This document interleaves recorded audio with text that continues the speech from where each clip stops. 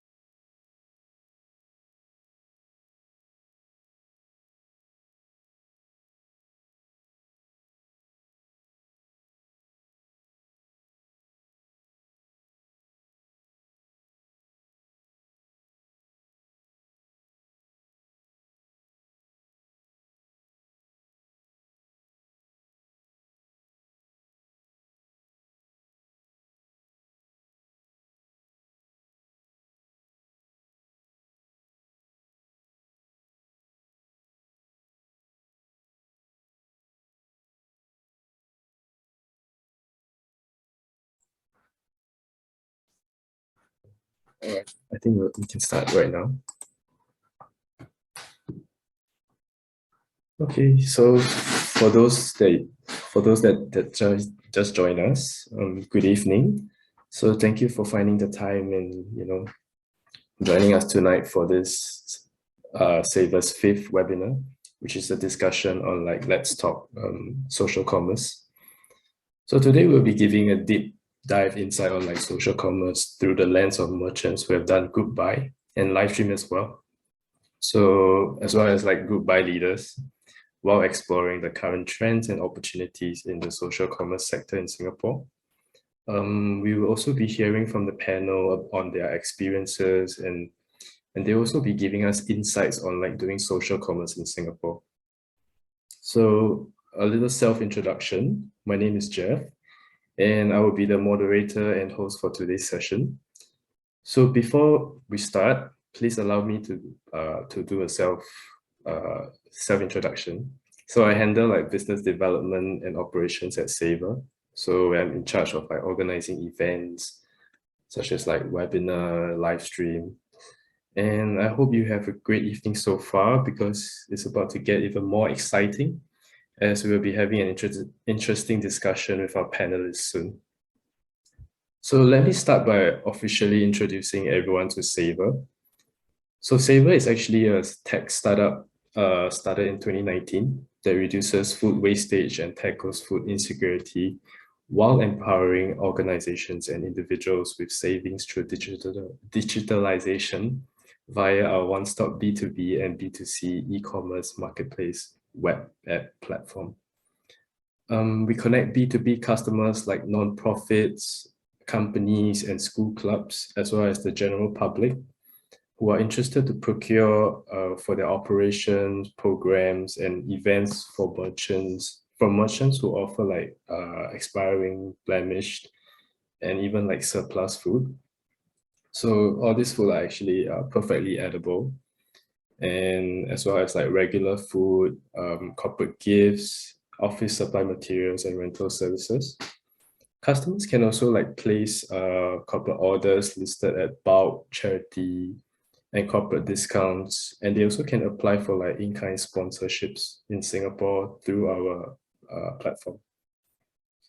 So to date, we have over like 500 plus customers sign up and over 200 merchants on board with over 3,000 plus listings. And we also have been featured on CNA, Straits Times, Business Times, and Money FM, and many more. Next please. Yep. Next please. Yep. So Savour has embraced like social commerce trends and opportunities in the past month in the form of like e-commerce live streams and group buys. And we have done like 9 e-commerce live streams to date, which you can watch on like Savour's Instagram and Facebook Live, which is over there. Our Instagram is at savour.sg, and you can find us on Facebook at Savour Singapore. So in 2 of our most recent live streams, we celebrated Savour's first platform anniversary. So we worked with 2 influencers, Vanessa Ho, a macro influencer with over 100 IG followers, and Daphne Chung, a micro influencer with over 5K IG followers. So what they do in these 1-hour live streams, they'll be hosting like the show, like promoting a wide range of food and retail products and exclusive live stream deals with like interactive game segments, real-time Q&A, and even like attractive product giveaways. So our live stream hosts will like unbox, introduce, do like a taste test, give a review as well, and to share like the steps as to how to order the food that is being promoted on the live stream. Orders will take place during the live stream, so the viewers can comment that they're interested, and then like the Savour team will liaise with them over the DMs. So to date, Savour's live stream has achieved approximately 2,000 views in total, 250 views on average on Instagram, and approximately 2.3 thousand views in total, and 350 views on average on Facebook as well. So if you're an interested merchant, you want to participate in our live streams, or even do like an individual, you want to be like an influencer who wants to do like a live stream host, you can do drop us an email. It's at team@savourapp.co. So our team will follow up with you from there. Next, please.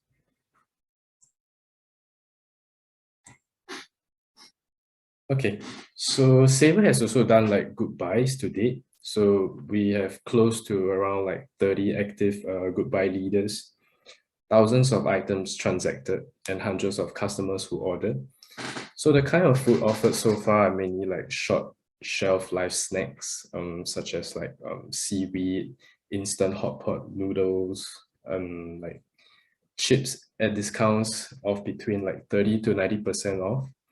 So Savour conducts its weekly good buy via like posting attractive food deals and like bulk discounts on WhatsApp and Telegram channels via its group buy leaders and its independent customers.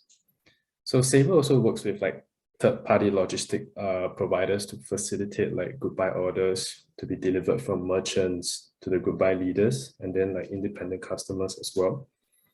So our group buy leaders would receive the monetary and product incentive from every group buy order they successfully complete. So if you are an interested merchant, you want to have like your products promoted in our group buy, or you're just an individual, like, you want to be a group buy leader, do drop us an email as well. It's at team@savour.co, which is the same as the previous one that I just said. And yeah, our team will follow up with you after that. Or you can also visit our website to learn more about our initiatives. Okay, next please. All right, so our new product line launch is our Munchbox and mystery gift bag. And sorry. And we also recently concluded our e-commerce live stream with an Instagram influencer called Calista on our Instagram and Facebook. Just last Friday, we conducted a live stream with her. So the live stream, during the live stream, the host will be introduced, and then like they share and review what is our Munchbox and mystery bag. Plus, we also did some like interactive game segments, shared some exclusive limited time promo codes, and we also ran like real-time product giveaways as well. So just a short intro to like what Munchbox is, right? So it's like a monthly subscription snack box. So there's like 4 unique themes. There's like local theme, which is like the Singapore Munchbox, the healthy Munchbox, Japanese, and a Western theme. So it comes with like an carefully curated assortment of like quality snacks sourced from like local businesses. So there's like interactive game booklets and inside the box, and all this is like an eco-friendly, and they are like packaged carefully so that they will be delivered to your doorstep. So to introduce you to our mystery bag. So what this is an assortment of like short shelf life food. It comes in like a 3-tiered bag sizes and prices. So the flavors and products in it varies. It depends on like the merchants. So some products offered includes like bread, pastries, or even like asahi. So yeah, if you're interested, you can go to our website and purchase your order. Yeah, so the link is below, yeah, sorry. So over here, we have like our QR codes for our social media platforms, like Instagram, LinkedIn, or even we also have like our 2 Telegram groups, which is the Savour SG and the Savour Community Telegram group. So do scan it and join us.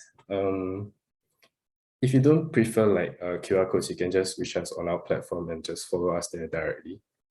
And also like a special announcement today, we also have like a special webinar giveaway. So what you have to do is just follow 5 of Savour's social media pages right now, and then you can just comment done in the Zoom chat. So first 5 to say done wins like a $10 platform e-voucher. So it's very easy to get it. So right now, we'll just give you a few minutes to check out and like follow up pages. Next slide.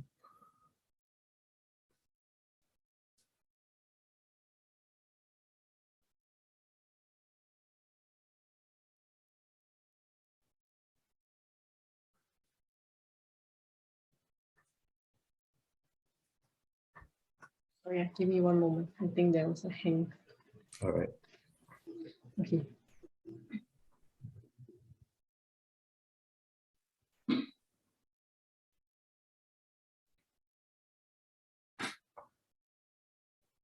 Yeah, so this is the offer. Well, yeah, you also can apply like the SSCW, which stands for Savour's Social Commerce Webinar, for $5 off your first purchase at our platform as well. Minimum spend of $30. So yeah, do keep in mind of the the discount code. Okay. And if you're interested in signing up your organization for a free account on our web platform as a merchant or B2B customers, you can head over to our savourapp.co website. And you also can download our iOS or like Android mobile app. And if you have any questions or you want to discuss anything further, do drop us an email at hello@savourapp.co. Okay, so without further ado, so let's start our webinar right now. So please allow me to introduce you to our honored panelists. We have Walter today. He's the co-founder and CEO of Zenko Superfood. We have Jasmine today. He's the head of business development at Farm Grocer. And we also have Eric Chandra today, who is Savour's goodbye leader. So yeah, looking forward to speaking with you guys during this webinar. So yeah, just to give like a short context about what social commerce is, right? So I mean, that's the main theme of the webinar today. So what social commerce is like a subset of like electronic commerce that involves social media and online media that supports social interaction and user contributions to assist online buying and selling of products and services. So I think what social commerce also means is that we utilize like social networks in the context of like e-commerce transactions, like your Facebook marketplace or even like your carousel. So, okay. May I invite everyone to share about what you understand about social commerce and what it means to you? You can like drop your comments down in the chat box on the Zoom chat.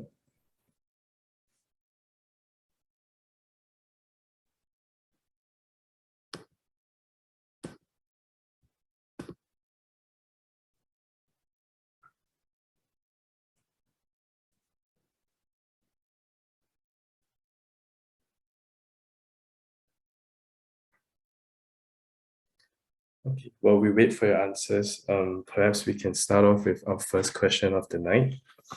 So the first question will be directed to Walter. So good evening, Walter. Thank you for attending this webinar tonight. I understand that Zenko Superfood was started quite recently, about 2 years ago.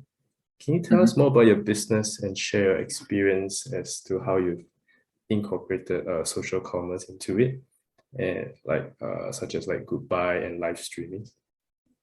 Sure. Yeah, thanks for giving me the chance to participate. So we started Zenko 3 years ago with the idea of focusing on healthy snacks, and really by discovering superfoods that we can transform into healthy snacks. So our products are, for example, our water lily pops. I don't know if I can show you on the camera, but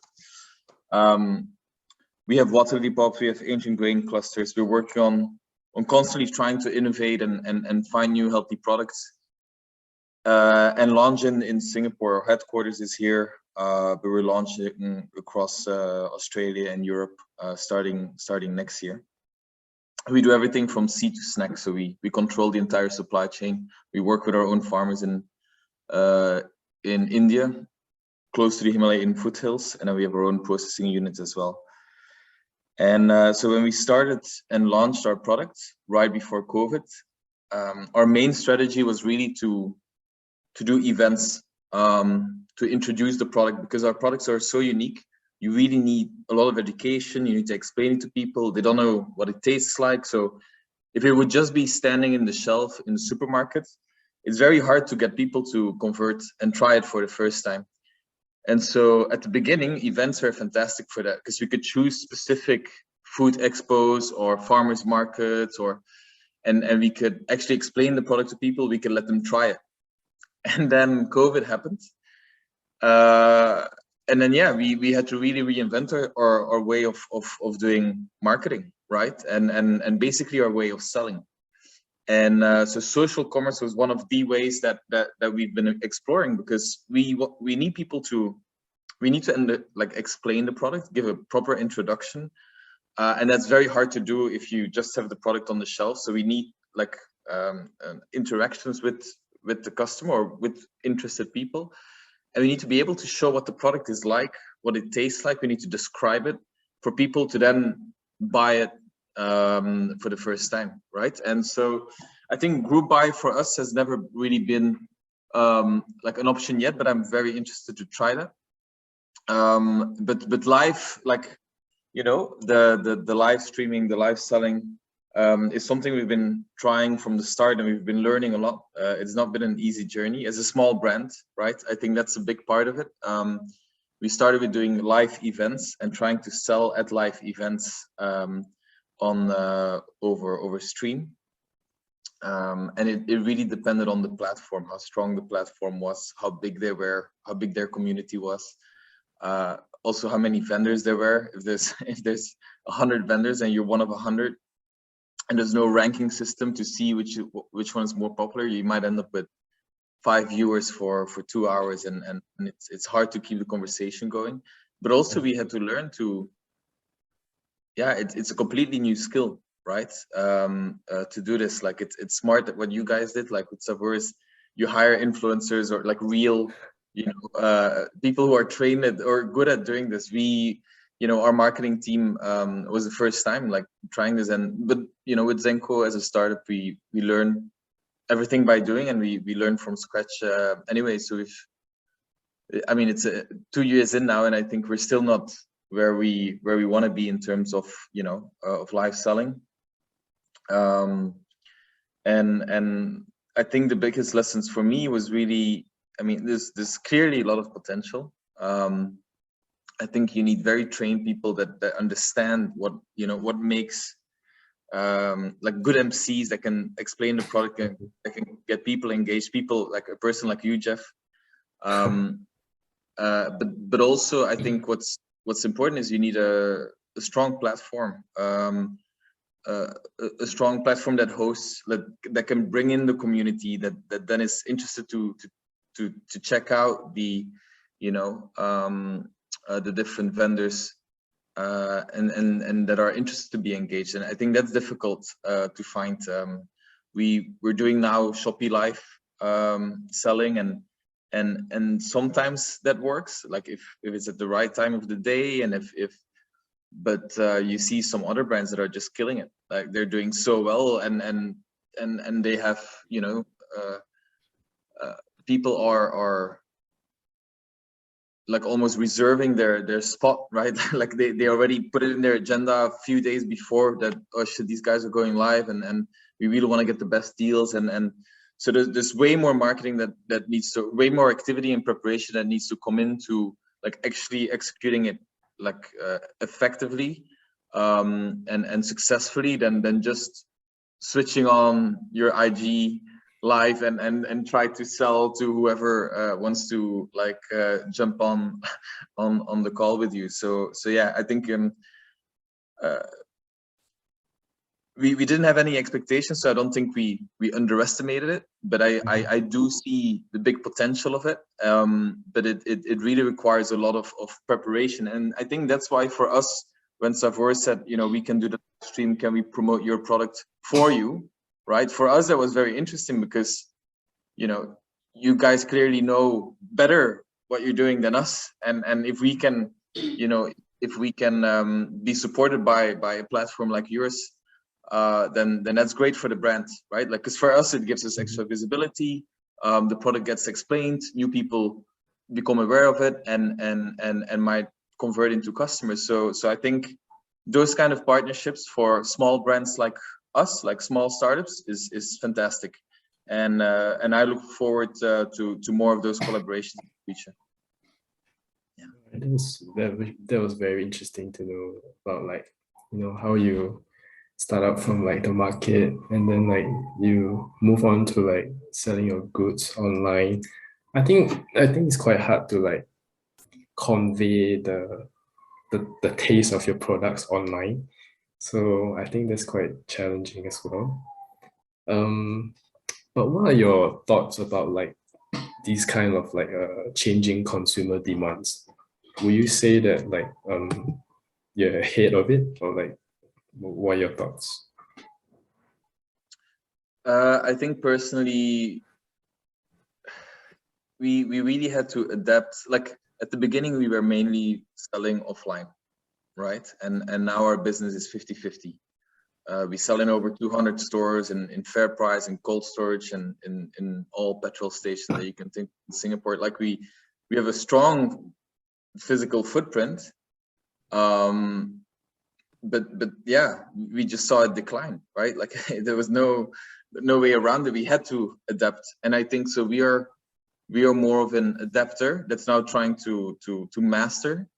But just it's so fast moving as well. So it really also depends on a bit on the resource that we have on hand and on what we can focus on at this time, because there's constantly new trends happening, and I think, for example, we're still way behind on TikTok. We're still way behind on some of these platforms that honestly, for me, like it's crucial for the business. Yes, I don't think it will ever be our super strength, but I do think we need to be good at it if we want to, continue to grow in a sustainable way. And I think, to be honest, also especially in Asia, I think in Asia, even more important than in Europe and in Australia, from what we see. Although there also e-commerce is picking up more steam, but yeah, sometimes it's hard. I feel like we still had or I still had like I'm still young enough to like adapt to the whole thing, but like, because I didn't really grow up even with social media, and I'm 30 years old, but I don't have any social media accounts. For me, TikTok, I have no clue. Like I really don't understand what's going on. But luckily my team is young and understands and is ahead of it. But yeah, I think it's always changing. I don't think we're ahead of it.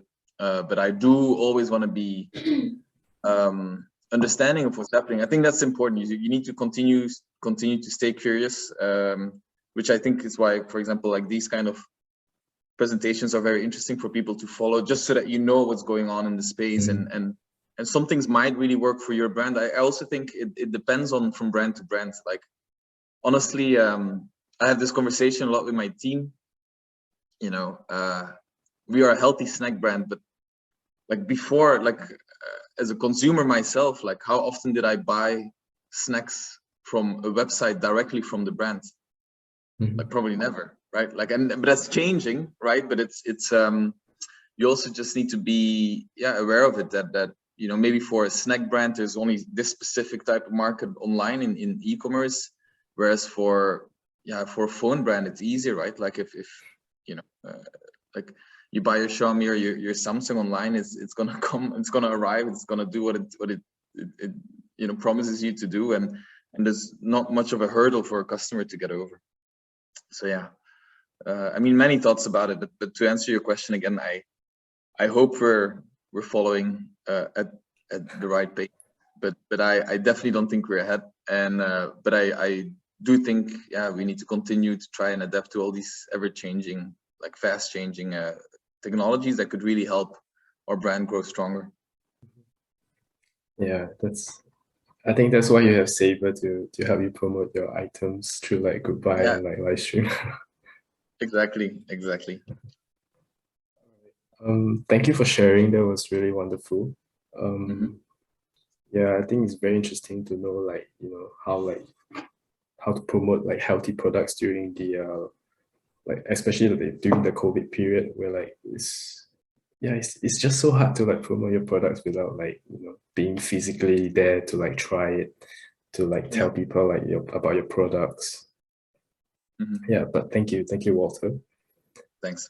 Okay. Moving on to our next speaker tonight, Jasmine. Good evening, Jasmine. So can you tell us more about your what you do and like share your experience in the social commerce scene in Singapore? Hi, good evening, everyone. Thank you for having me here. Walter, I feel you, because as a brand owner, it's not easy to market your own brand right now, especially in the COVID period. So basically, Fun Grocer is mostly doing snacks products also, healthy nuts, healthy edible oil, cold pressed oil. Our main distribution will be in the supermarkets and as well as online. So we do sell online too, as in all the main online stream, which is I think most of quite popular are the Q10, Lazada, Redmarks, Shopee.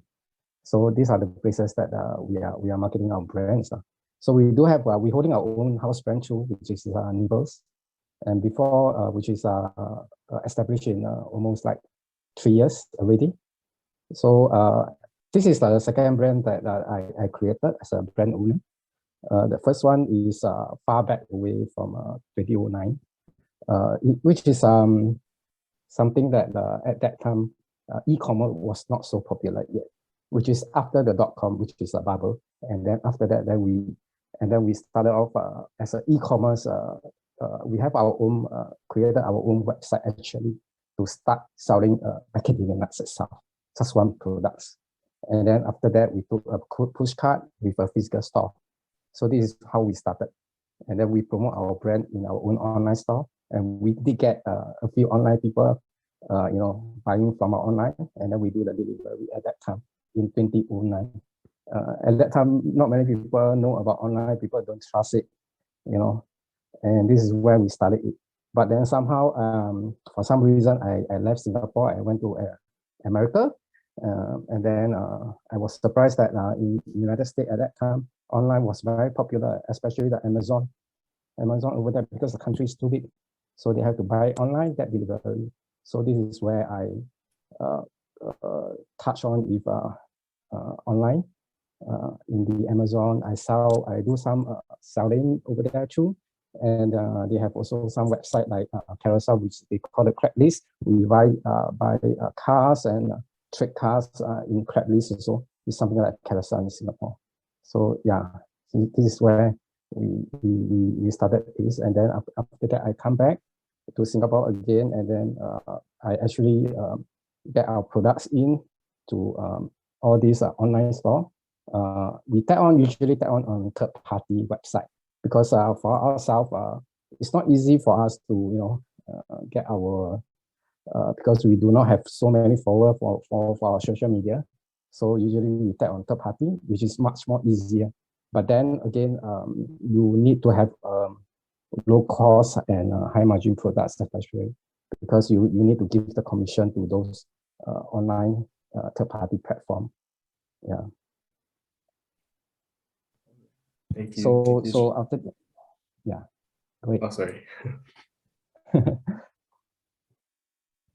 So after that, then we do modern trade too. We do distribution, and then it happened that during COVID time we have no choice. Then we start more on the online again, because we cannot have roadshow, because we do a lot of roadshow at that time to promote our brands.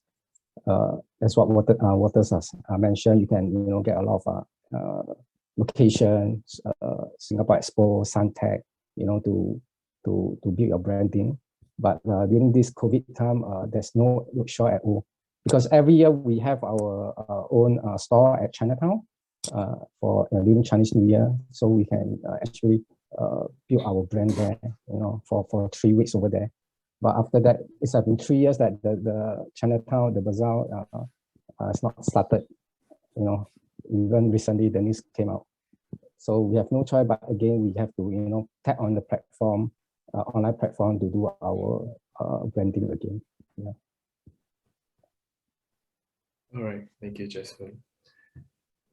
Yeah, I think, COVID has affected like everyone. Like, I mean, you can't even go to like shopping malls to like go and shop for your own Correct. Yes. things. So, yeah.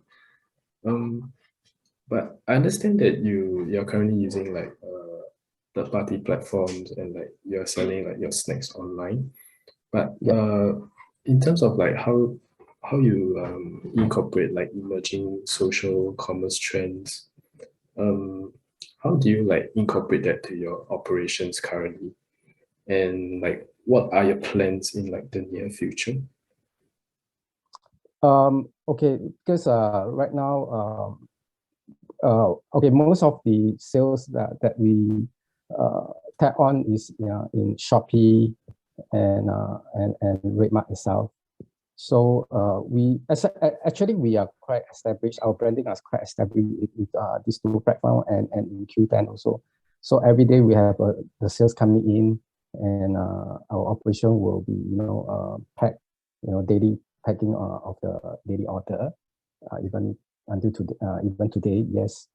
And of course we still are doing distribution for all the modern trade offline. Yeah. So, like, your plans next time will be to move on to like. I think online will be still is the trend, and it will be still ongoing. Not just now and in the future also. I'm not too sure about offline distribution next time. It could be lesser, but I believe that online will be the distribution will be the greater part, in the near future. Yeah, this is where we are actually looking at right now, and then we also tap on third party platform to do online stream, selling our branding. This is why we can build up our brand to direct customer, which is the B2C, because before that we do more on B2B, business to business, but then right now we are more on B2C, which is more directly to the customer.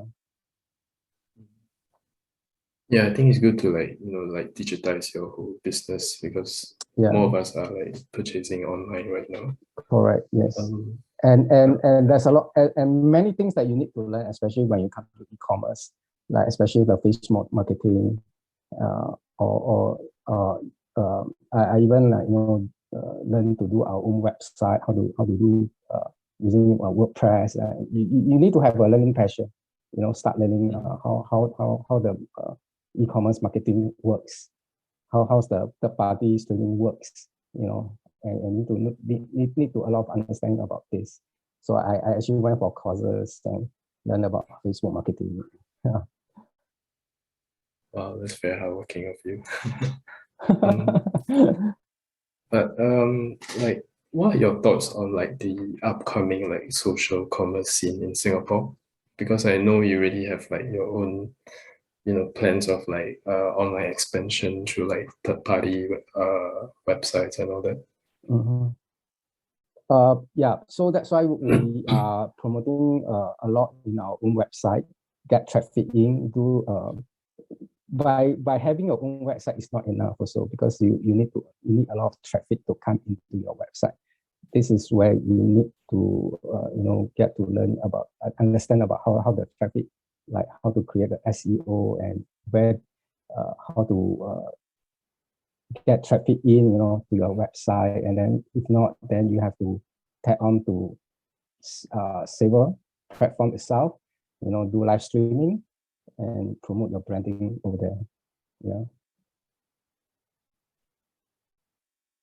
Okay. Just a last question. What would you say is like one key social commerce trend that is changing your industry right now? One key social, sorry again, your question? One key social commerce trend that is changing your industry right now? I would say it's creativity itself. Creativity. Yes, you have to be creative, especially when you come to online, to learn to know how to create your branding, find your source to create and to market your brand. A lot of creativity, especially when it comes to online marketing. Yeah, I think a lot of creativity. I think all this usually goes to like making like videos, doing like like TikTok videos. I think all this will like definitely like boost your product image and all that. Correct. Yeah. Thank you for sharing, Jasmine. Thank you. Just want to direct a few questions to Eric next. So good evening, Eric. Thank you for taking the time to attend tonight's webinar. And I understand that you have been a Savour's goodbye leader for a couple of months now. So, what inspired you to be a goodbye leader? I think what inspired me was I wanted to start building a sustainable consumption habit. But usually the sustainable products are on the pricier side. So, and right now I'm still a university student who has a thrifty lifestyle.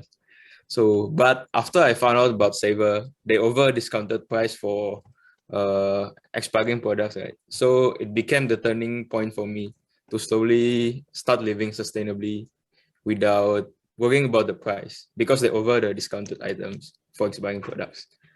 And then also, first time I know about Savour group leader was when there was a group leader in SUTD who offering the Savour's product. I forgot to mention that I'm a group leader for SUTD students who staying in schools dorm. So I remember she over $1 Hai Di Lao instant hot pot, which was originally like $7 or $8. So it's a very interesting deal at that time. Yeah, but one day she stopped and need someone to replace her. Then I was the one who replaced her. Okay. So, what continues to motivate you to be a goodbye leader? Because just now you mentioned that you're like into sustainability and you want to like cut costs and all that. Will you say that motivated you? So I think other than that, it also suits my personality. To share more about my background stories, my family and I, we usually buy products if it's only discounted price. Like for example, I never buy shoes in normal price, so it always discounted. So it's already a habit for my family. And then I also want to build a more sustainable habit. Let's say if I only buy the products for only one time, it's not building a habit. And therefore, by becoming a group leader, it will help me in building a better habit for longer term because I'm involved in giving a more impactful way in the society also. Okay, and other than that, okay, back to the point where I want to have a good balance between living sustainably and also not spending much money on it. That's great. For a second.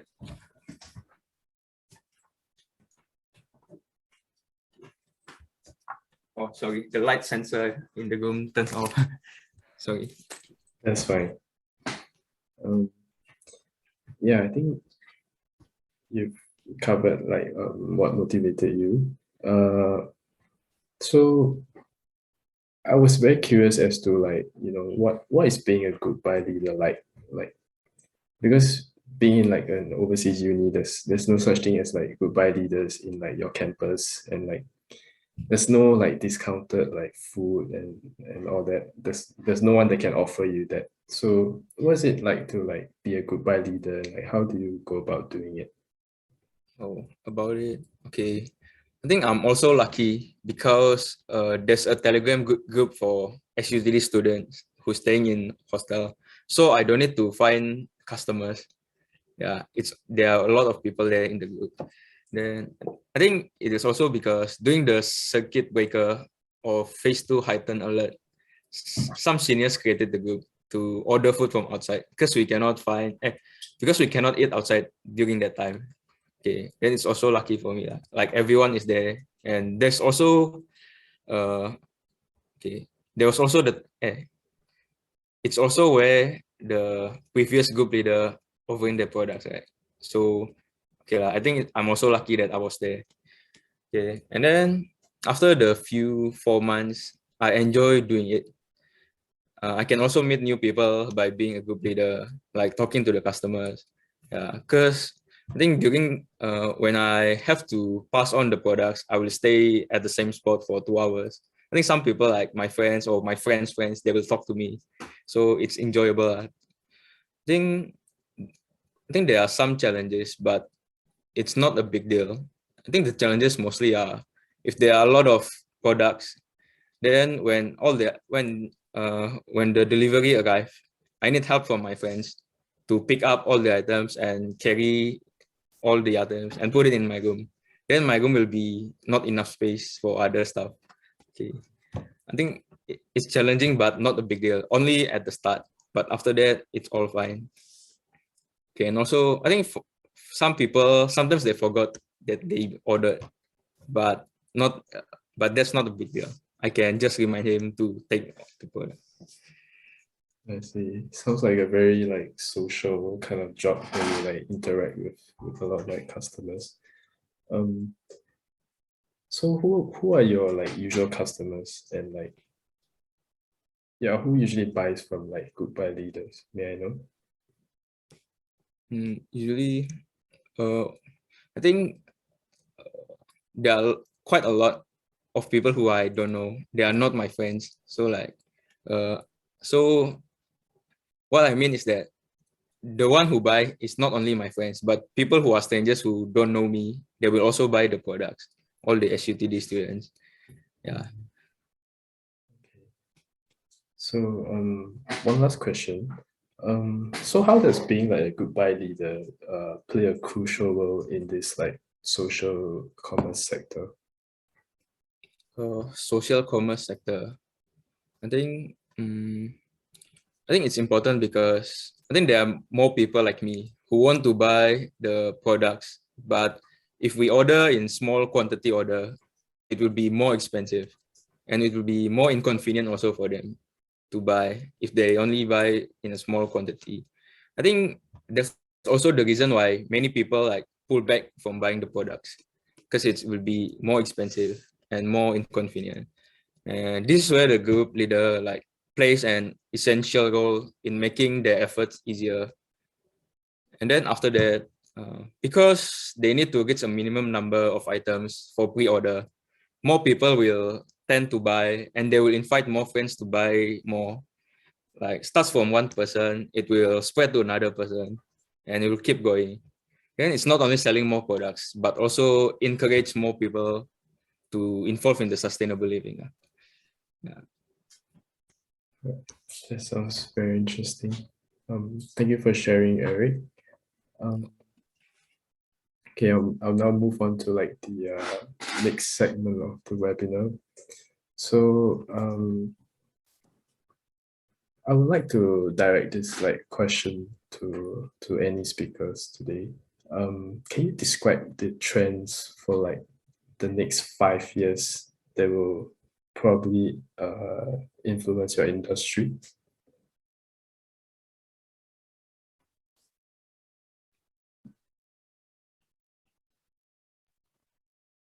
Yeah, I'm happy to give my thoughts. You mean more from a technological point of view or just overall? Just an overall trend for the next 5 years. Yeah, but so I think for us, something that, I mean, obviously we believe in is people want to become more health conscious, are already, but will continue. So I think the health trend will definitely be, become more and more important. I think people will, after being locked up for so long, and I hope, to be honest, I hope that people, after being locked up for so long and glued to their screens, will want to go outside more and go look for experiences. So it could go the other way, and people would become more and more, glued to their screens and only do things online. But I hope that it's not the case, and that people actually want like true connections with people again, and real experiences, and just so that's something we will bet on. But it's I cannot predict the future, right? And omni-channel, I think for me, something that I really believe in is omni-channel as a mix of online and offline. So it will become it's a hybrid model. I don't think only online retail will exist in the future. I think it will always be a combination, but it will be offline that is very enhanced by technology, I think. And probably the other way as well is you'll have online, but it'll always be missing some of the the physical and the real elements. So I believe we need to keep focusing on both, and which is why our business is 50-50 offline, online, and I think we continue to do that. And then the reason why I think social buying or live buying is has a lot of potential is because it requires connection between people, right? Interaction, community, and as I was saying before, like with people, locked up, and I think we all feel like we perform better or we're happier as we're connected with people, like we are now in this call. Like it's nice to speak with each other, and so I think that really it's a very smart way of trying to just of the way of commerce, I think, and because it plays on the important things that we find important as human beings is connecting with people and doing things together. So I do believe that the live selling and the social commerce is the way forward, and which is why we will really keep an eye on it. Yeah, I think those are my predictions. Thank you, Walter. So I guess it's more about the healthy food and being able to have a conversation over the internet when it comes to buying and selling. So yeah, thank you. Eric or Jasmine, do you guys want to share anything about the trends for the next 5 years? Well, I think for me, I'm not that knowledgeable in this question because I'm not running a social commerce business. But for me, in my opinion, sustainable living in Singapore is a growing trend. Like there are many more social commerce focus on sustainability, and the number of people are also increasing who wants to buy the product. So in general, I think it will keep increasing in the future. Then in the next 5 years, there are more people who will be interested to join the social commerce. Actually, okay, thank you. Actually, I was just curious, because you said you are quite passionate about sustainability and all that, and I know that in 5 years you would have graduated from SUTD, but will you still be interested to do a goodbye leader thing outside school, once you've graduated? Oh, that's a good question. I haven't thought about that. I think it's not something that I can certainly answer now, but probably I'm still interested. But I think the challenges in the future are like what I said before. In HTTD, I don't have to find customers, but in the future, I need to find customers. But I think in the next 5 years, I will connect more. I think I will be able to connect more with people who are interested in buying more sustainable products. So I think I will look forward for it. Thank you, Eric. Jasmine, do you want to continue with? Okay. Talking about the next 5 years, I think digital marketing, e-commerce will be ongoing trend. As what I mentioned, we are not sure about those offline store, whether are they going to survive in the near coming years. And my advice is, if you are a new startup, I think that you can start off with the e-commerce first. Build out your branding there. I think that's a good way to start your new business right now, because Singapore, the renters are killing everyone. So online is, of course, at the end of the day, I may feel that online may become those offline store, that they will be getting especially like supermarket, they're getting listing fee. I'm not sure, maybe, but because right now they have they are getting commission, but that depends on how much they are getting.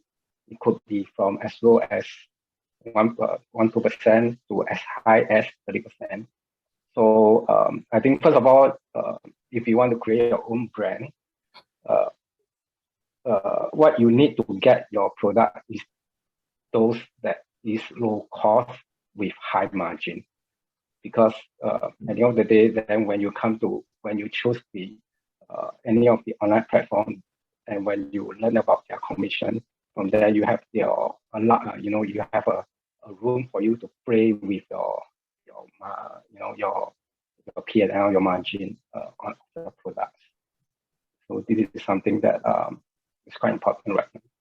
So, but then 5 years down the road, digitalized e-commerce will be still ongoing, and I think more platform will be coming up to compete. Yeah, and maybe the commission will be getting lower. I'm not sure if there's a lot of competition. Yeah. Yeah. Okay. Thank you, Jasmine. Yeah, I think that in the next 5 years, I think e-commerce will be still quite popular by then. Like, I mean, everything is just like being digitalized right now. So yeah, but yeah, okay. So we move on to the next question.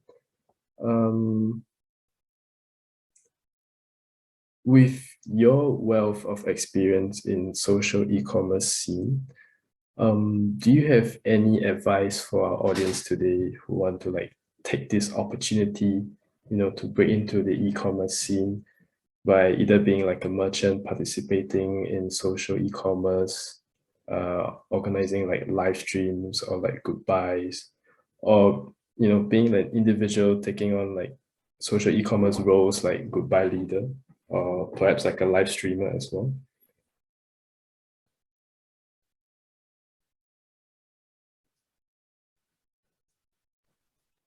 Yeah, if you want to be a live streamer, I think first of all you need to know that how big is your followers. If you have a big follower, I think it's good for you to be a live streamer. But then otherwise, head on to a third-party live streamer where you can get as many audience. Because they have a follower, they have a big follower, they are able to get audience. Otherwise, if you are a starter, it's tough at the beginning because you need to get a lot of traffic in, audience in. By doing that, you need to get people to watch your live and then do a lot of like and share. And this is where you get the audience traffic in. But then if you have the passion and endurance, then you can continue to do it. It could take sometimes weeks or months. But then if you just want to sell your product, then go for a third-party live streamer. Yeah. Thank you, Jasmine. Will you say that like will you like try out as a live streamer?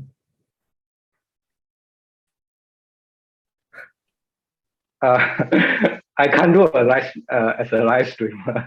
So usually I go for get on a third party live stream because it's tough. It's not easy, and there's a lot of time consuming. But for myself, I have no time for doing that. So that's why I can engage a live stream. Then you to get a paid live streamer to do it. But then sometimes there's a lot of negotiation, especially when you come to the commission part or the margin part. That one is on up to the individual. Yeah, you are looking at. Thank you, Jasmine. Yeah, I think for me, to add on Mr. Jasmine points, I think if any of the audience here who is interested to be a goodbye leader, I think you can just start do it. Like for me, it's also like when I heard about the opportunity, I just start do it. And also if you want to know who will be your target customers, it will be good if you find your community. Yeah, I think it's not restricted to school students, but you can also find like HDB community, like your neighborhood. Okay, I think there are more people who are interested. Because one of my senior who also a goodbye leader, after he graduated, he also selling the products to his neighbor in the HDB. Yeah. Okay. Thank you, Eric. Yeah, but let's say for like an inspiring goodbye leader like me, right? How would you advise me to become like one of your seniors who does like the HDB goodbye and all that? Like how do you do it? Like who do I have to go through and like yeah, do you know the process? Oh, about it. Oh, to be honest, I don't really know about the details, but I think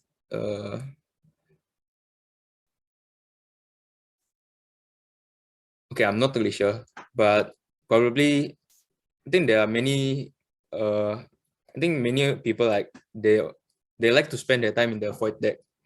So I think you can start by asking your neighbors there. Then start from like getting more inputs from them.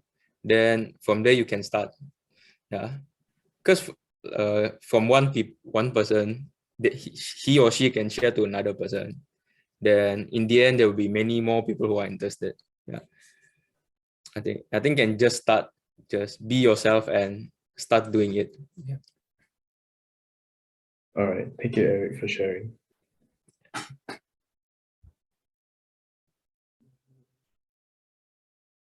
Walter, do you want to share? Or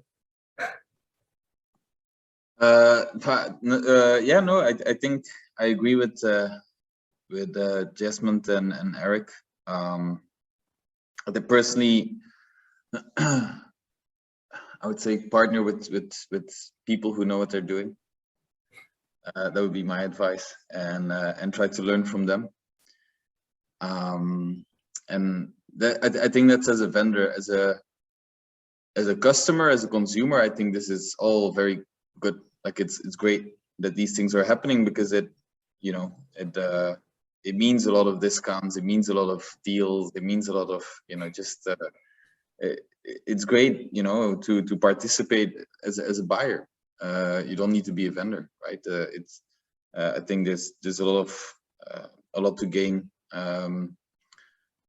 like that as well. So yeah, but as a vendor, I would really try to work with people who know what they're doing, because it might seem easy, but it's not. Yeah. all right. Thank you, Walter. Yeah, I think it's not easy to just go directly into the e-commerce scene. Takes a bit of like experience.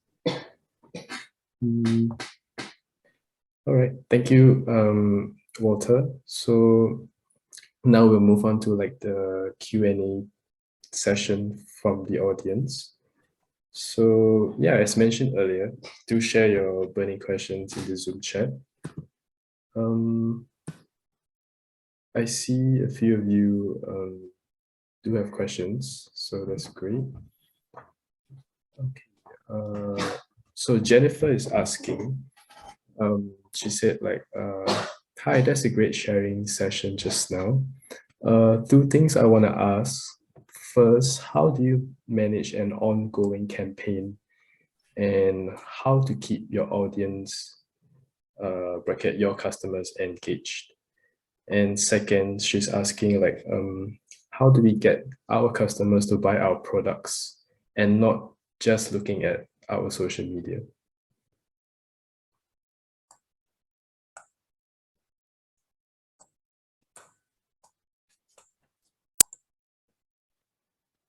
Hi, maybe I would like to address for Jennifer's question.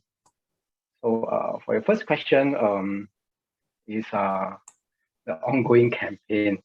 So unless you have a few products that you are going to sell, then you can key on, plan your campaign with the live streamer. You don't have to do it for one session with all your products.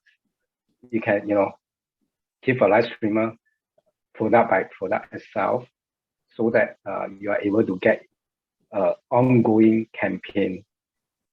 Probably you have 5 or 6 products, and one section you can just do 2 products, and the next section you do another 2, and the next section you do another 2, and then you come back again for the next section and repeat that again. So I think then audience may not feel so boring because you're not repeating selling the same product itself. So for your second question is, if you're talking about Facebook marketing, I think because right now, I believe that people only just like your sharing, but not buy your products. But I think the most important is the content writing itself on the Facebook marketing. So I can't advise you how you are going to write that content, because this needs a lot of experience and creativity in writing the content. I myself, I do Facebook marketing too. I learned to write the content, and somehow I managed to, getting some result. But then how do I do it, or how do I do it? Because I learned, I actually went for the Facebook marketing course, and then from there I then understand how the Facebook marketing works. So before that is all whatever money that you invest, it will just drain and there will be no result at all. But somehow you need to have some investment, go for a training course, learn about it, understanding about it, come back, and then you start doing it. And with the passion, you will be success. Thank you.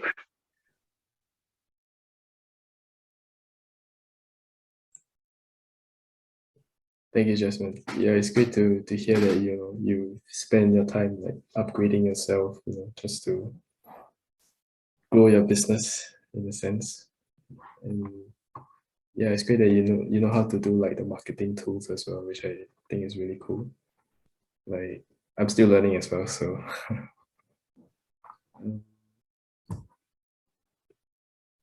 does Eric or Walter want to answer Jennifer's question?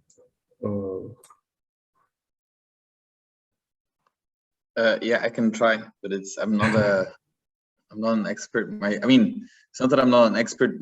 We've experienced we're also just learning from our experiences every time we try this. And I think what we're trying to do is, apart from partnering with people that know what they're doing, like I've mentioned before, is I think just gamification helps in getting people engaged and giving them a reason to buy. So and you see that with Shopee and they're really trying to invest in that as well, with the coins and with the there's interesting ways where you can really give people that extra push to try the product, to review it. And I see, for example, Shopee doing way better at that lately than Redmart, for example. Redmart used to be a place where people were very engaged and were reviewing the product and were really sharing it with friends. And now, since the Lazada, Alibaba takeover, you can tell that it's too transactional. But on Shopee, our customers are super interactive. Like, they're such a high percentage leaves the reviews and gives us feedback and uses their vouchers and their coins, and it's just I think that if you can try to achieve that level of engagement, then you're on the right track. So I would say, like, Shopee is someone to look at. I think they really understand like what makes people, how to convince people to try something new. Yeah. Thank you, Walter. Actually, I was just wondering if you're talking about like gamification, like of the products, you know, try to get the audience hooked on to, like, try to give them a reason to buy your products. May I know how you've like incorporate that to your business? We ourselves, I mean, let me think of an example. Yeah, this is more like these tiny campaigns that the team will do, like my marketing team. But yeah, you play with time, right? Like you put time constraints on the current discount that's happening, and you try to get people an extra reward, like just like what you're doing with the special surprise box, I think it was called.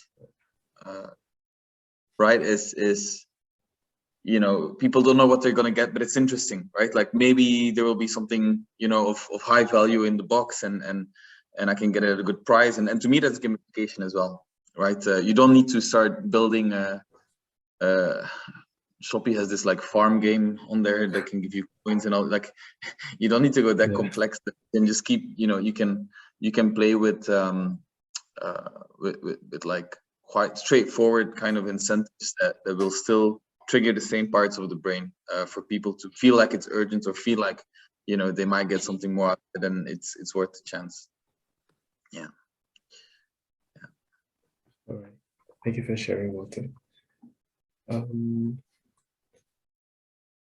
move on to another question by Megan.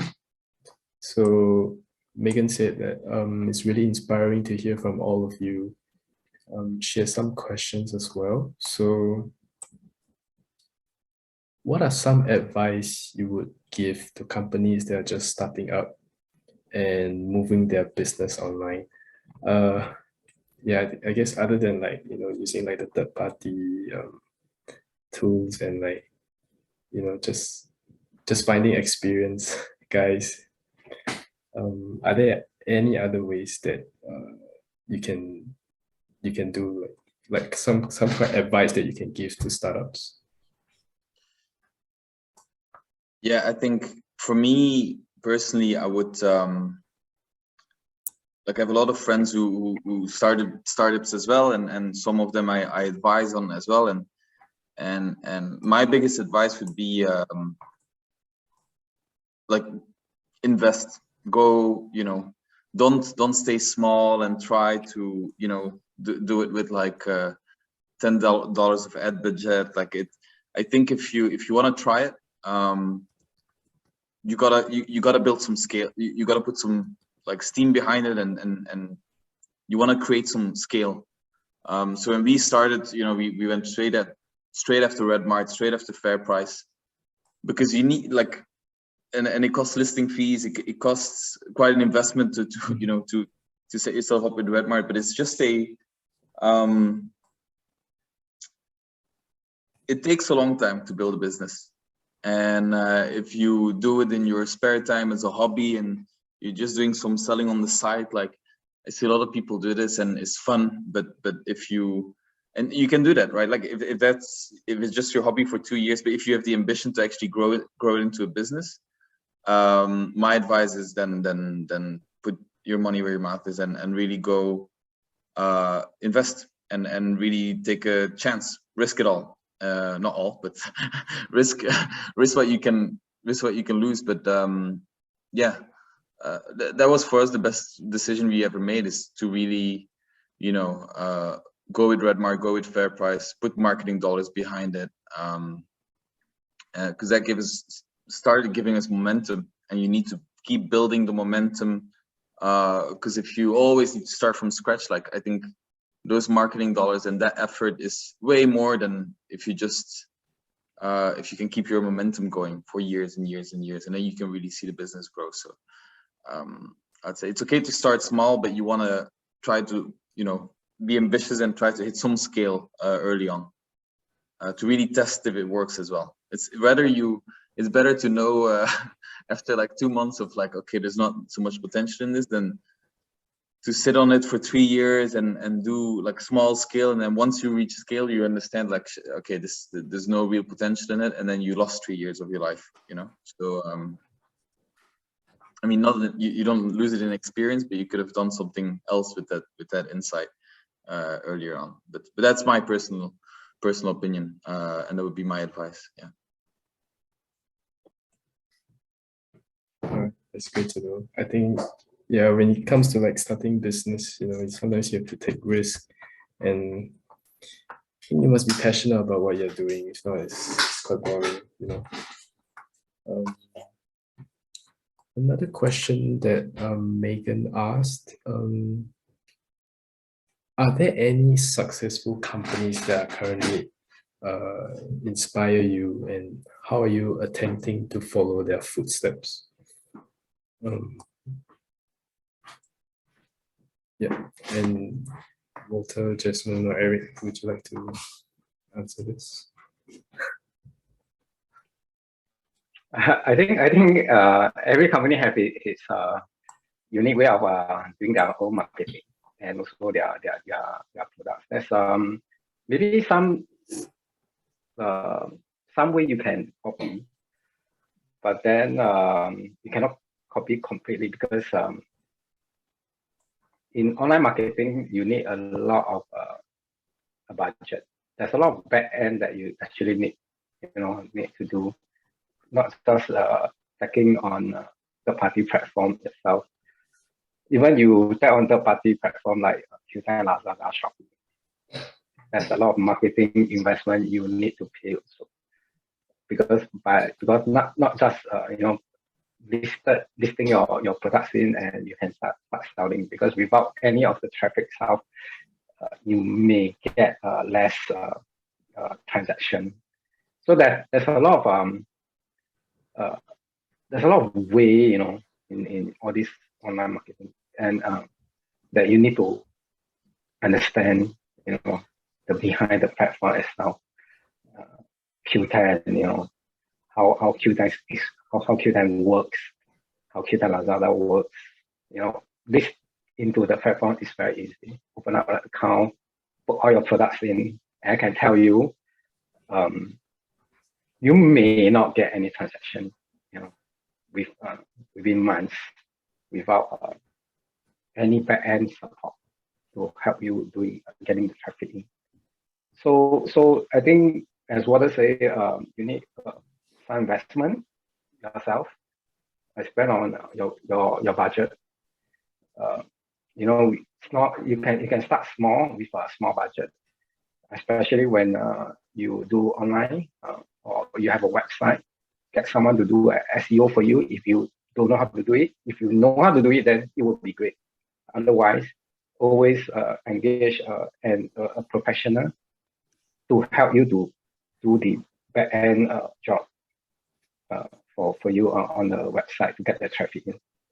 And once the traffic comes in, and slowly you will able to find that your transaction will be bigger than before.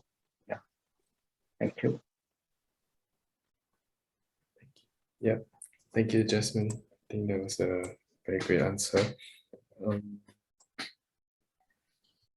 I have just one last question for Walter. Because we were talking about like the trends that like in the e-commerce industry. Just so this attendee was just wondering whether will you ever consider hiring data team to grow your business? Because you were talking about like predicting the consumption of healthy food by people in the future, and then you're not sure about like the positive or negative trend. So will you consider getting like a data team to get answers to your questions? Yeah. Personally, I really like to work with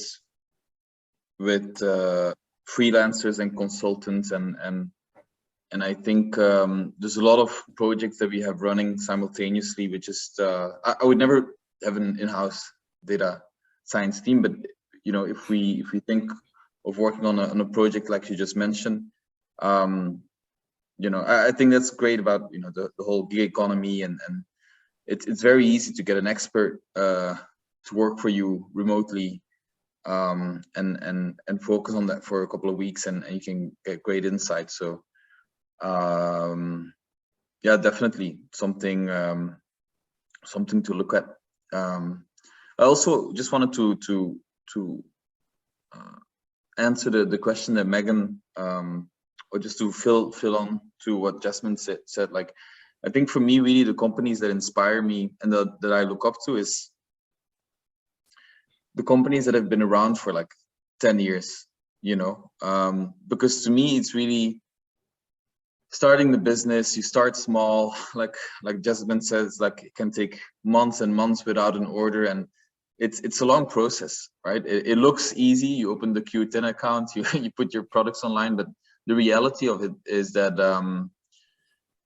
everything's always going to cost more than you think it's going to cost, and the money is going to come in slower than you hope it's going to come in. And so it's a long process. And if you look at brands, for example, like Love Bonito, which is, you know, a famous brand now, but they started 10 years ago, and they've been fighting for 10 years and to get to such a good position. But Amazing Grace is a competitors, or is a brand also in snacking, but they've been around for 7 years, and I look up to that because they haven't given up, you know, and they're successful now. But they just the fact that they kept, you know, believing in themselves and kept understanding the business as it was changing, and COVID happens, and, you know, group buying happens, and live stream selling happens, and just constantly adapt and try to tackle all these problems. I think that's really inspiring, no matter what industry you're in. And yeah, just looking at those people gives me strength of saying like, okay, let's keep going. You know, it's not over until it's over, and you know, every opportunity, like every new day can be a new opportunity. And yeah, I think that's a big lesson, is also you need to have a lot of patience if you want to start your own business, and but you cannot stop believing also. It definitely happen. Yeah. Thanks, Walter. That sounds really inspiring. I really think I'm ready to start my own business. Okay, so to end off today, for tonight's webinar, I would like every speaker to share one key takeaway that you would like the audience to remember. So, Eric, maybe you want to start first? Just one key takeaway that you would like to share with our audience today. One key takeaway. I think if you are interested in something, but you are afraid to do it, I think my advice is just do it, just start. I think even if you fail, at least you have tried to start. Like for me, since I'm still in university, it's okay to fail early rather than you failed once you already graduated. I think start early is something that it's a good thing, even if you fail. Because I also learned a lot from Mr. Walter and Mr. Jasmine, because they are running a social commerce. Yeah, I learned a lot from them today. Because I think I'm also interested to start my own social commerce one day in the future. So I think their experience have made me gain more insights. Yeah, that's all for me.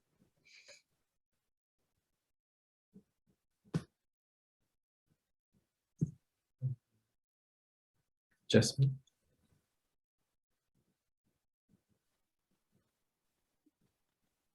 My keywords, very simple: low cost, high margin product. This is something that you are able to sustain in the e-commerce. Remember that. Always get something, the product that we come with a low cost and high margin, so that you have a lot of negotiation power to that. Thank you. And lastly, Walter. Yeah, I think biggest takeaway by far is if you are thinking of eating healthy snacks, you should try to look at Zenko. No, but I would say, you know, it's if you're interested in starting a business, it's a great way of getting some experience, because it's low cost if you want it to be low cost. Back in the day, that was not possible. Having entrepreneur experience is fantastic. Like Eric, I really like what Eric is saying, is you better fail early, like the experience you get from that. I started businesses when I was in uni as well. And you learn from that, you grow from that. And with e-commerce, you know, it's great to do that on the side, and you really grow as a person. So I think it's definitely interesting to try. If you want to make it your living and really solely live off selling products online, make sure you have the right people around you who know what they're doing, the right partners who can help you to really make sure that, you know, the business is sustainable and can help you feed your family. Well, I think that's my final thoughts. Thank you, Walter. Thank you, panelists, for sharing your experiences and your insights tonight. So we'd just like to have like a photo taking session. So Jessie, maybe you want to? I think if everyone who is over here, you can just like turn on your cameras and like adjust your hair and something like that. Yeah, so that you can take picture together. Yeah. Okay. Great. Yeah, we'll wait for a while for everyone to turn on because I think it will take some time. Okay. Okay, I think that's about it. Okay, then I think we can just take a quick photo of all of us.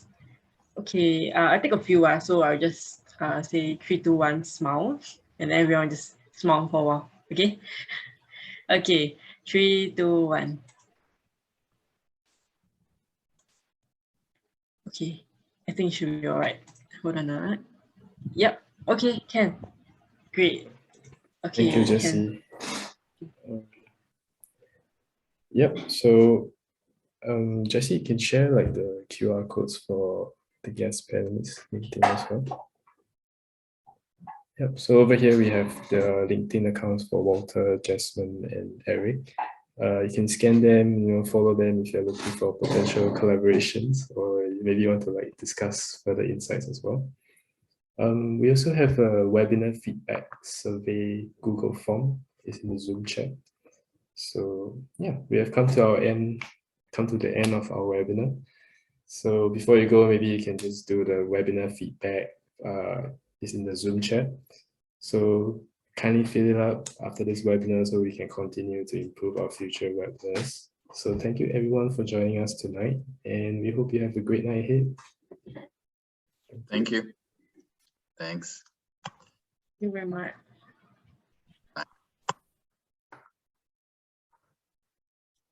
Yep. Thank you. Thank you, Eric.